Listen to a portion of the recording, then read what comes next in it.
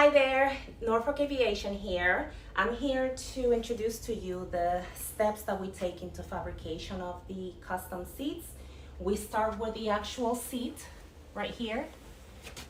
Then we cut everything apart. Every single seam comes apart.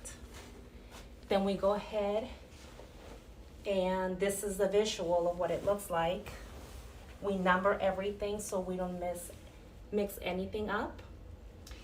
Now we get the pure leather / real leather hides and we glue them into this fabulous 1/2-inch foam, and this is what it looks like.